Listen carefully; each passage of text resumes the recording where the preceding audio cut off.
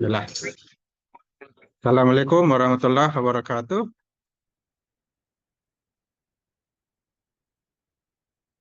Ya, bagaimana kabar pagi ini? Alhamdulillah baik. Halo, bersyukur ya kepada Allah. Zikir sambil mengatakan baik, selalu berzikir dapat pahala. Ya, aktivitas kita hari ini sukses ya.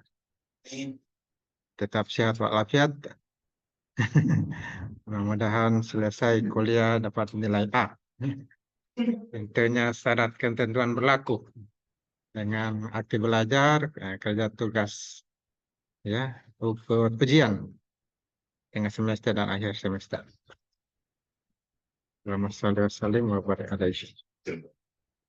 Nah, untuk kuliah kita yang ketiga ini, kita membahas teknik lalu lintas berkaitan dengan ya, pembahasan tentang teknik lalu lintas, ya, karakter pengendara. Khususnya kita bahas karakter pengendara. Yang mana kita semua ini adalah pengendara ya, punya kendaraan semua? Punya Zero, mantap.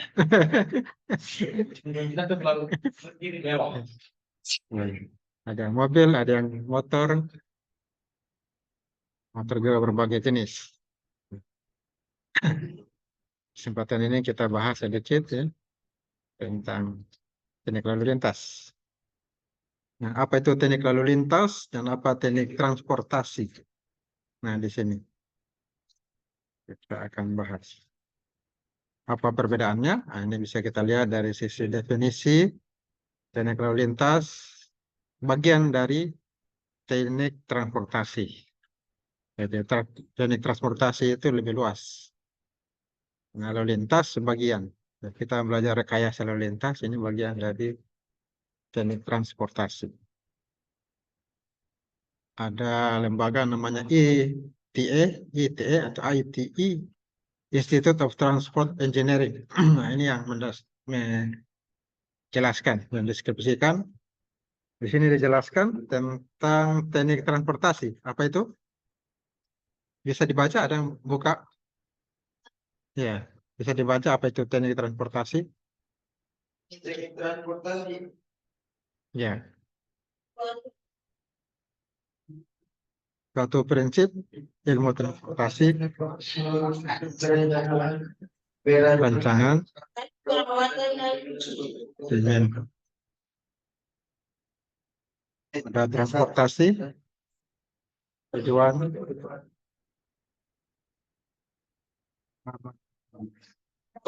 manusia. Ya, itulah teknik transportasi. Jadi ilmu transportasi ini untuk penerapan teknologi agar aman ya, nyaman.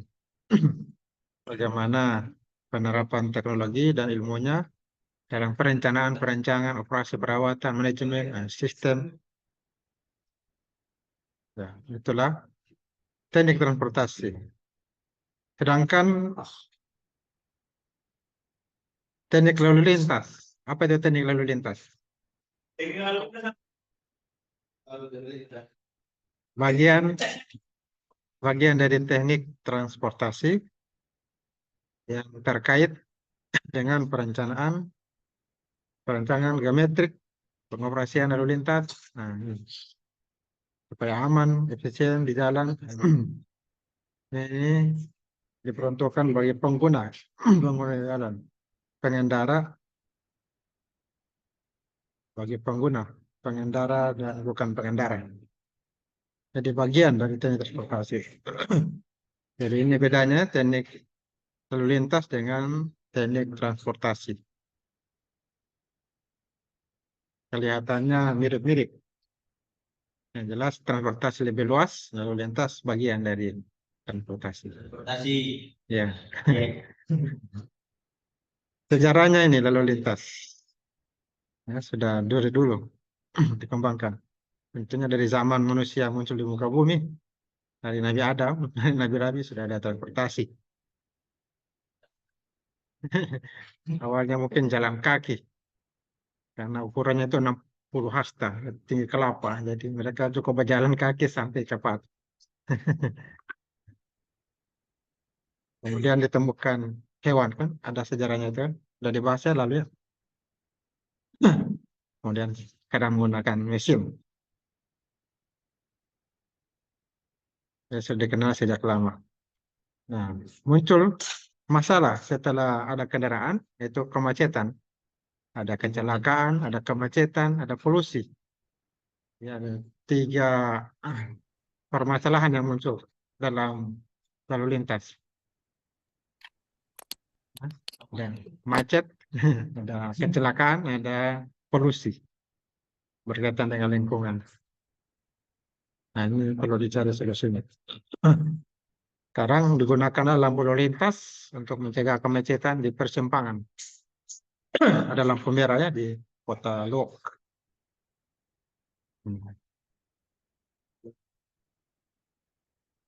Apa masalah dan bagaimana pendekatannya? Nah, di sini ada permasalahan transportasi yang dibahas, kecelakaan dan kemacetan. Di samping polusi tadi ya, masalah juga. Bagaimana pendekatan untuk mengurai permasalahan? Ada 2 pendekatan, approach itu pendekatan, construction atau restrictive. Construction approach ini pendekatan konstruksi itu membangun jalan berlebar. Dan yang kedua ini ada restrictive approach, ini tanpa membangun jalan, dia berkaitan dengan manajemen lalu lintas. Nah, kalau sudah macet bisa 2 lajur, 2 arah, nah, jadi dijadikan 1 arah. Berarti di simpong ya jadi 1 arah. Terus yang masih kecil masih 2 arah. Tapi macet tambah banyak kendaraan, namanya rekayasa lalu lintas. Ya. Nah, district approach ini pendekatannya ada district approach. Jadi solusinya dengan manajemen lalu lintas tanpa membangun jalan, memperlebar jalan. Nah, sekarang masuk ke pengendara, kita sebagai orang yang membawa kendaraan. Ada yang bawa Terios, ada yang bawa apa kendaraannya sekarang? Sepeda motor Mio, sepeda motor Honda. Nah, masing-masing punya kendaraan. Nah, ini adalah karakteristik pengendara. Ada pengguna jalan, ada kendaraan itu sendiri, ada alat pengontrol lalu lintas, ada kondisi jalan dan lingkungan.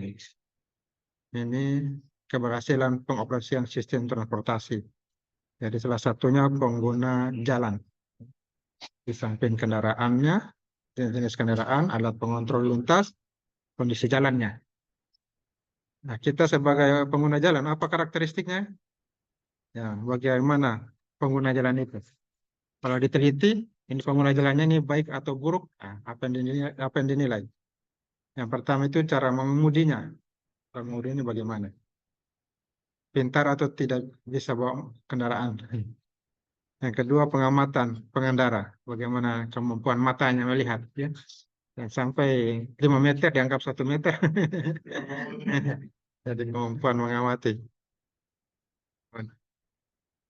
Perception, reaction time, waktu reaksinya, dan keputusan pengemudi.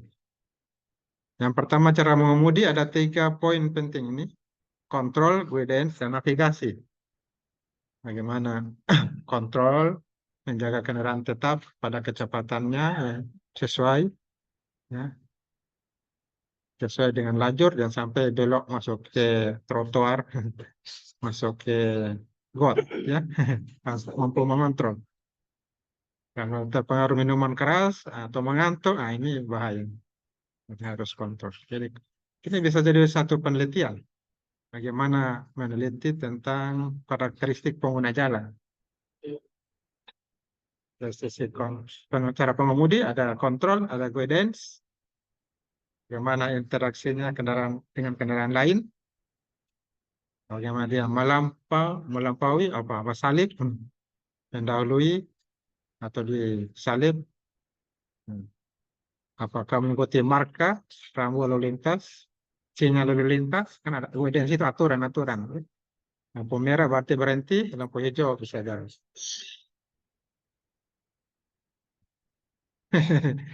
Dan juga navigasi, ya, ikuti jalan yang sudah tepat sampai ke tujuan. Jadi sekarang sudah canggih ada GPS. Mau kemana? Ke tempat yang tidak dikenal, misalnya rumahnya siapa? Samsar atau JB, belum pernah ke sana. Tinggal minta dia share log, ya, share log. Langsung klik saja Google Map langsung muncul. Muncul jalannya, berapa lama sampai, jalannya lewat mana saja langsung. Navigasi sekarang canggih. Tinggal ikuti jalan yang tepat pasti sampai. Walaupun ada yang tidak tepat navigasinya. Kalau alatnya kurang tepat, kurang bagus. Alat yang tepat bisa. Data tepatnya tepat sampai. Jadi itu tiga berkaitan dengan mengemudikan kendaraan. Jadi beberapa hal yang harus diperhatikan ini ada tiga berkaitan dengan hal ini. Informasi dibutuhkan oleh pengemudi harus diletakkan di tempat yang sesuai. Ini harus ada informasi ya. Yang kedua, kondisi jalan harus didesain sedemikian sehingga pengemudi mudah mengikutinya.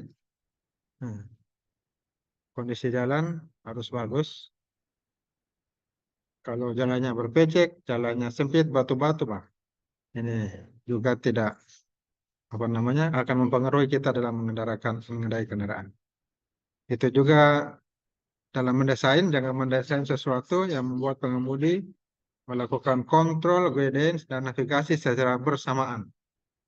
Nah, ini harus masing ya. Itu yang pertama, cara mengemudi. Sudah pernah meneliti ini belum ya? Jadi penelitian itu harus dibuat variabel penelitian. Hanya meneliti tentang karakteristik pengguna jalan.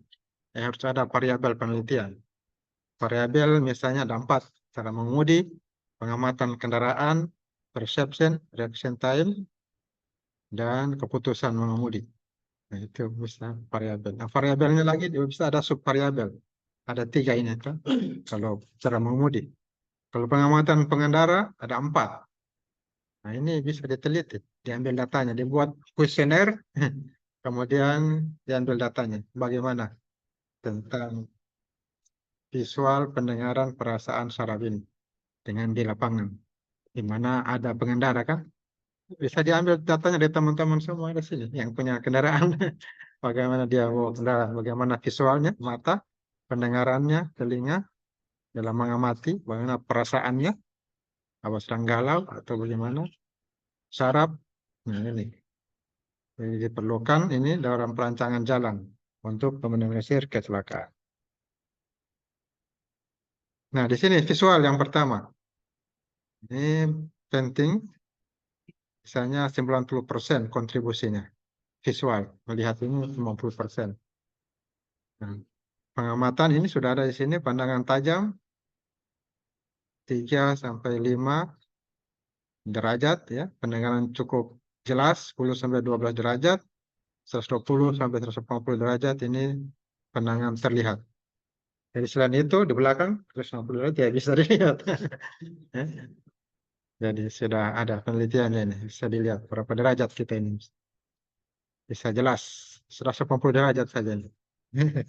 Setelah ini sudah kabur sebelah. Kecuali kita belok lagi mata kepala.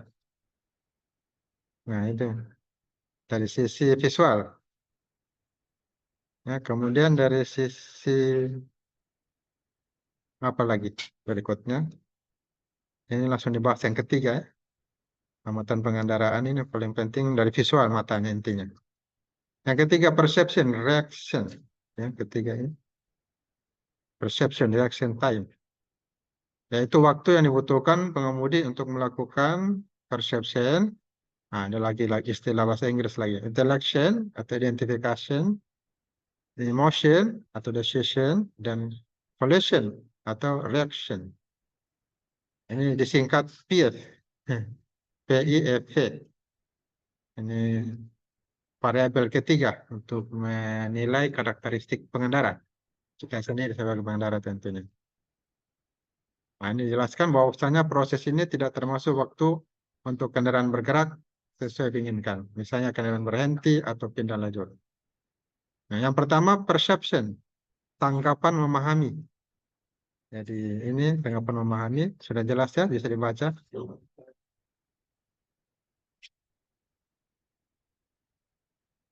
Ya,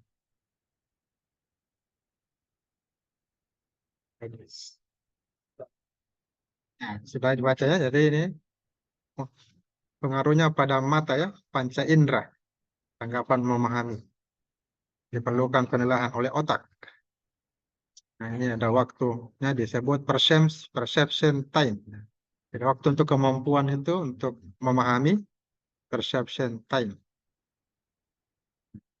Kemudian yang kedua intellection atau identification, pengenalan.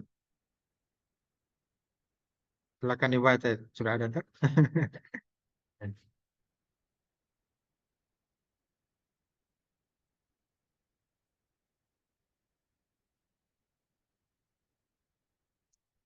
Nah, ini namanya intellection process. Jadi bagi yang berpengalaman, sudah banyak ilmunya, informasi ini cepat. Sudah pada data-data lah, langsung dia tangkap, oh langsung dia paham begini. Bagi yang kecil-kecil, anak kecil, akan susah dia karena kurang informasi, kurang ilmu, kurang pengetahuan. Jadi berbeda orang besar, dewasa, dan anak kecil. Dalam hal identification, pengenalan. Kita akan lebih cepat memahami. Itu juga yang ketiga, emotion atau decision. Emosi atau keputusan, decision, keputusan.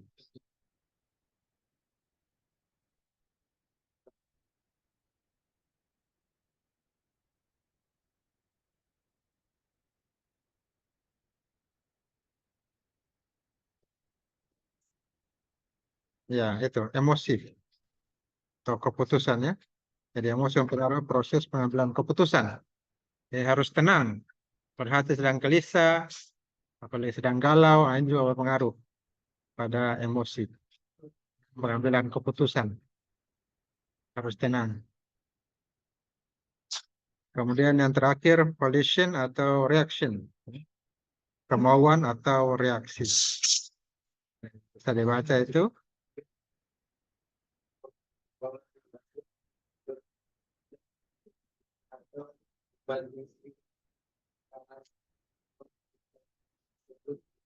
Volition time. Ada namanya volition time. Jadi tergantung seseorang dia. Kemampuannya untuk mengambil kesimpulan. Kalau orang yang mabuk ya, tidak bisa berpikir, pasti tidak akan menghindar mungkin atau lambat. Apalagi mengantuk tertidur ya penglihatannya visualnya terganggu, ini bisa juga berpengaruh dalam menghindar rem. Jadi yang pertama ini ya tahapan-tahapannya ada 4 ya, perception, intellection atau identification, emotion, decision, volition atau reaction. Ya, sama dengan kita mengenal ini namanya HP. Ini meja, ini namanya mouse, ini laptop. Bagaimana membuktikan bahwasanya ini adalah HP? Ada yang bisa jelaskan bagaimana Anda bisa simpulkan? Simpulkan bahwasanya ini HP. Bagaimana Anda bisa jelaskan proses seperti ini? Sampai ini bisa dikatakan HP. Seperti tadi kan sampai mengambil kesimpulan apakah rem diinjak atau tidak. Atau digas. Nah, bagaimana prosesnya? Ada yang bisa jelaskan bagaimana? Belum ada. Prosesnya seperti ini. Harus ada faktanya. Ini fakta yang bisa kita lihat. Bentuknya, warnanya bisa kita lihat. Ini juga bentuknya kita lihat berbeda. Oh, ini juga berbeda. Ini juga berbeda. Kalau anak kecil, 1 tahun, kita tanya namanya belum tahu kemungkinan. Karena tidak pernah ada dia dengar namanya. Malah dia bertanya, apa ini? Apa ini ayah? Apa ini abi? Apa ini umi? Katanya. Nah, ini yang pertama. Kemudian, ini masuk ke dalam otak kita, kan? Melalui visual, panca indera tadi, masuk, terekam bentuknya. Kan kita klik-klik ini, kita terekam. Setelah itu, bagaimana disimpulkan HP? Karena dari kecil kita sudah tahu informasinya. Kita sudah tanya, apa ini namanya meja, laptop, ini HP. Dari SD sudah tahu. Sekarang belum ada lalu ya, kalau SD belum ada. Tapi zaman sekarang kalau SD sudah ada HP. Coba mereka sudah tahu HP. SMP, SMA, SMA, kuliah. Nah, sudah ditahu dari kecil, maka kita simpulkan ini HP. Nah, begitulah dalam proses dalam mengambil keputusan ini. Nah, dari memahami bagaimana kita bisa uh, memiliki perception, memahami sesuatu itu harus ada faktanya tuh. Kalau di jalan harus kita lihat jalannya, harus kita lihat kendaraan yang lewat itu, jenis kendaraan, ada sepeda motor, ada mobil. Nah, itu harus kita lihat dengan mata tuh, mata kita melihat. Telinga mendengar kalau ada bunyinya malah. Hidung bisa menghirup apa polusinya asap. Kan bisa. Panca indera ini berfungsi. Malah kalau kita sentuh kan bisa terasa itu. Mobil atau motor. Benda kan bisa sentuh.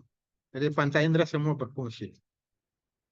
Jadi menjelaskan, kalau mungkin tidak dipahami ini, saya jelaskan saja secara keseluruhan ini. Bagaimana kita memahami, mengambil kesimpulan. Nah, dari situ kan kita dapatkan faktanya seperti itu. Yang menggunakan panca indera, teresap di otak kita, tersimpan data-datanya. Tapi kita tidak bisa simpulkan ini, belum bisa. Kalau hanya data seperti itu. Maka setelah data masuk di otak, nah ini, kemudian untuk mengambil keputusan, ini harus ada informasi sebelumnya. Dalam proses ini kurang dijelaskan informasi ya. Tapi yang paling penting itu informasi. Ini kalau dia real, berarti akan mendekat kepada kita yang apa namanya melambat kendaraannya, maka kita pun harus memutuskan juga rem. Kalau tidak akan tabrakan. Nah, kita dapat informasi seperti itu. Ini kalau benturan akan rusak kendaraan kita atau kita jatuh, lecet, luka. Dengan ada informasi itu, maka kita mengambil keputusan. Oh, ini harus rem, oh ini harus gas. Oh, ini harus hati-hati. Oh, ini kendaraan bisa di kiri, kita bisa lewat dari kanan, lempau. Kan? Nah, keputusan itu kita ambil karena ada informasi. Dan kendaraannya itu, wah dia sebelah kiri, sebelah kanan luas, nah kita bisa lewat. Kalau di depan kita kendaraan malah dua dan berhenti tiba-tiba merem, nah kita pun harus rem. Nah, keputusan ini tergantung informasi kan, kita tahu ini. Bahwasanya akan terjadi tabrakan, benturan ini dampak negatifnya besar. Jadi mengambil kesimpulan itu begitu. Sama dengan mengambil kesimpulan ini. Mouse, ini meja. Jadi harus ada datanya, faktanya, yang tersimpan masuk ke otak kita, bentuknya dan sebagainya. Dan kita bisa definisikan ini meja karena ada informasi sebelumnya. Kita bisa definisi ini mobil, ini truk, ini kendaraan, sepeda motor. Dengan ada informasi sebelumnya, ini jalan. Kalau ini berbenturan akan terjadi clash, akan terjadi kecelakaan, akan terjadi kerusakan. Nah, kalau orang tidak mengerti kerusakan, maka dia tancap saja. Berarti orang sudah minuman keras, dia tancap gas. Dulu tahun berapa itu di Tanjung saya tinggal, minum keras, dia tancap gas. Dia hantam itu tiang listrik, mati. Pernah lihat begitu dulu? Mati. Pernah. Itulah akibat karena sudah hilang lagi. Apa namanya, akalnya tidak berfungsi dia. Jadi itu fungsi akal ini kita. Fungsi akal kita berpikir itu begitu caranya, prosesnya. Ada berapa unsur tadi? 5. Kalau kita buat unsurnya 5. Ada fakta, ya. Ada panca indera, ini. Kemudian ada otak, tersimpan di otak. Oh, ada 4. Dan informasi. Ada informasi ini penting. Kalau cuma 3 hal ini, data, fakta, panca indera masuk di otak, semua tersimpan. Anak-anak juga bisa melihat dan dia bisa tahu ini bentuknya. Tapi dia tidak tahu apa ini, malah dia tanya, apa ini? Nah, itulah yang keempat, informasi penting. Ilmu. Dengan adanya ilmu itu kita bisa mengambil keputusan yang tepat. Kalau yang punya ilmunya salah, ini berbahaya. Berarti pemerintah intelijennya salah. Dia ambil informasi, ternyata informasinya mengatakan ini teman, bukan lawan. Akhirnya OPM itu dianggap teman misalnya kan, padahal sudah membunuh orang. Kalau intelijen ini, oh ini salah, OPM ini sudah membunuh banyak tentara mati, polisi mati. masyarakat mati. Makanya musuh harusnya. Nah, maka pemerintah ambil keputusan yang benar. Tapi kalau intelijennya salah, apa yang mengambil informasinya salah, nah, malah dia bilang ini umat Islam ini teroris, ini radikal. Nah, intelijen lapor. Nah, akhirnya keputusannya salah. Nah, padahal banyak sekali pesantren baik semua, menghasilkan banyak ulama. Walaupun ada satu dua orang yang kurang bagus, ya, tapi ada juga baik. Akhirnya, kalau salah intelijen, salah ilmunya, keputusan jadi salah.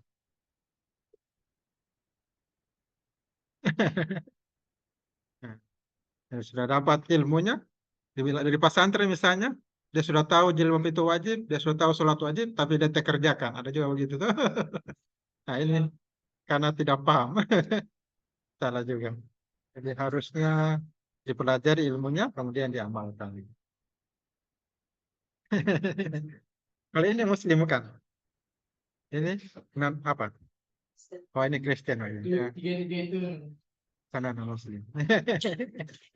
Ya, masing-masing kan punya aturan agama masing-masing tuh. Kalau Muslim ya Muslimah pakai kerudung kan aturannya. Laki sholat di masjid. Nah, ini informasi. Jadi seseorang itu bisa mengaplikasikan ilmunya termasuk dalam hal agama itu kalau ada informasi. Dia paham. Betul tadi ada orang berilmu tapi tidak paham tadi. Dia tahu ini menutup aurat wajib tidak diamalkan. Dia tahu sholat wajib tidak diamalkan. Memang ada begitu. Tapi tidak diamalkan. Dia harusnya ilmu dan diamalkan. Itu juga di kendaraan nanti. Kalau kita di jalan, kita sudah tahu ilmunya, tapi kita tidak amalkan, kita sudah tahu kalau benturan itu akan terjadi tabrakan, akan ada yang rusak, kita tidak amalkan, kita tidak rem, terbentur, maka akan terjadi kerusakan. Atau kita masuk rumah sakit. Nah, itulah ya proses berpikir ya. Proses berpikir. Ya, mudah-mudahan kita bisa gunakan akal kita dengan baik ya. Tentunya dengan mengambil informasi. Informasi itu ya, ilmu. Ilmu. Supaya hidup kita ini apa? Sukses di dunia. Di dunia sukses, akhirat juga masuk surga. Ya, sukses berdoa. Semua menginginkan itu kan, semua agama, semua orang pasti ingin sukses dunia dan akhirat. Jadi syaratnya ilmunya. Ada fakta, ada panca indera, ada otak kita ini, depan, dan perlu yang paling penting empat itu, ilmunya, informasi. Ya, ya, jadi itu. Jadi ini penjelasan yang lain ini silakan dibaca-baca saja ini. Kita bahas cukup tentang karakteristik pengendara ya. Ini bisa satu penelitian kalau mau teliti bagaimana karakteristik pengendara. Di sini ada objek penelitiannya. Tinggal dibuat dalam kuesioner, dan kemudian ditanya saja. Disimpulkan bagaimana karakteristik pengendaraannya.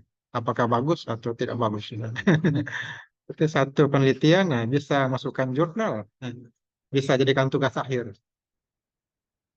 Kalau Anda ingin dapat lagi informasi, bisa ikut tadi itu, di Smart. Apa namanya, bimbingan skripsi. Ya, saya kira cukup begitu untuk materi saat ini. Dan saya akhiri dengan menyampaikan pengembangan karakter ya, materi karakter ini tentang Nabi-Nabi. Nabi Harun ini, di mana ini yang kita targetkan pendidikan tinggi ya. Samping punya ilmu, cakap, kreatif, nah, juga berakhlak mulia. Kita masuk ke kisah Nabi Harun alaihissalam. Ini bersama-sama hidup di zaman Nabi Musa. Mereka berdua ini diberikan rahmat dan Nabi Harun ini bersama-sama ini dalam kisah zaman dahulu ini mereka melawan raja yang kejam namanya Fir'aun. Nah, Harun ini alaihissalam dia orang yang fasih, pintar bicara. Kalau bicara enak didengar, mudah dipahami. Pendiriannya teguh juga. Kalau dikatakan A, A, B, B. Karena itu Nabi Musa alaihissalam berdoa pada Tuhannya, ya Allah, saudaraku Harun ini fasih. Lebih fasih bicara daripada aku. Maka utuslah dia bersamaku. Nah, akhirnya Nabi Harun diutus juga, dikabulkan doanya Nabi Musa, lalu berdakwah sama-sama kepada Fir'aun, Haman dan Qarun. Fir'aun ini penguasa, Haman dan Qarun ini pengusaha. Jadi ini rata-rata yang merusak dunia, merusak negara. Dua ini, penguasa dan pengusaha. Kalau penguasanya zalim, pengusahanya juga zalim, nah ini rusak negara. Karena dua-duanya ini satu paket, seperti uang itu ada kiri kanan tuh, penguasa dan pengusaha begitu. Jadi penguasa ini membutuhkan dana untuk berkuasa lagi. Jadi dia butuhkan pengusaha. Apalagi kalau zaman sekarang tuh kampanye butuh dana miliaran. Dia butuh penguasa. Tidak mungkin dia penguasa naik, tidak ada uangnya, tidak bisa naik. Nah, kita juga sebaliknya pengusaha membutuhkan ruang yang luas untuk berusaha. Seluas-luasnya dapat untung besar-besar. Sebesar-besarnya itu dibutuhkan aturan dari penguasa. Jadi saling berkaitan mereka ini. Kalau dua-duanya yang rusak ya contohnya ini Firaun, itu juga Haman dan Korun, penguasa dan penguasa. Akhirnya negaranya ya terjadi kezaliman.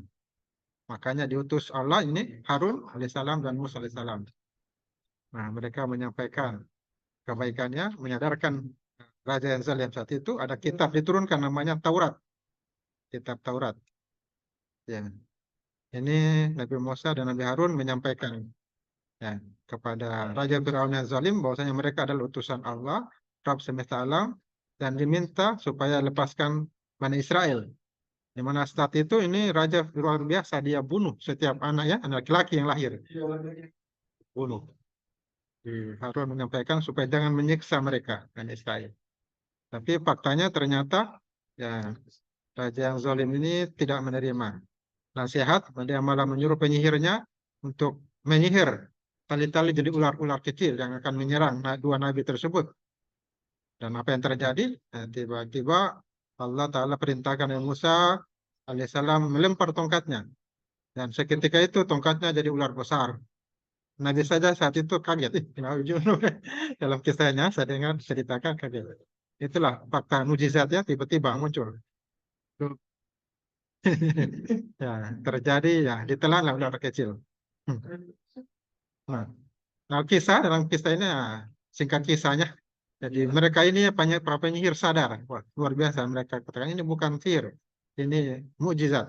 Akhirnya mereka masuk ya kembali menerima nasihat Nabi Musa dan Nabi Harun alaihissalam. Tetapi faktanya Firaun tidak mau. Dia murka. Dia perintahkan supaya disiksa penyihir-penyihir yang beriman. Nah, dengan singkat cerita, dengan izin Allah Ta'ala, dakwah Nabi Harun alaihissalam, Nabi Musa alaihissalam diterima oleh sebagian kaumnya. Kemudian Allah Ta'ala menenggelamkan Fir'aun dan pengikutnya ke dalam laut. Nah, semua sudah pernah dengar ya ceritanya. Kisah. Nah, dari TK malah. Ya. Jadi ini hikmah yang kita bisa ambil, ya pelajaran. Kita mahasiswa berbicara itu harus jelas dan fasih, ya. Jelas, kemudian selalu berbicara yang baik, berani menyampaikan kebenaran. Benar, sampaikan benar. Jangan putar balik, yang benar dibilang salah, salah dibilang benar. Dan selalu menjaga saudaranya dan melakukan kebaikan bersama-sama. Jangan baku musuh dengan saudara. Ya, terutama saudara, yang itu adalah saudara kita dan melakukan kebaikan bersama-sama. Jadi itu hikmah, ini jawaban dari salah satu soal ya, tugasnya. Berbicara jelas dan fasih, berbicara baik dan berani menyampaikan kebenaran, selalu menjaga saudaranya dan selalu melakukan kebaikan bersama.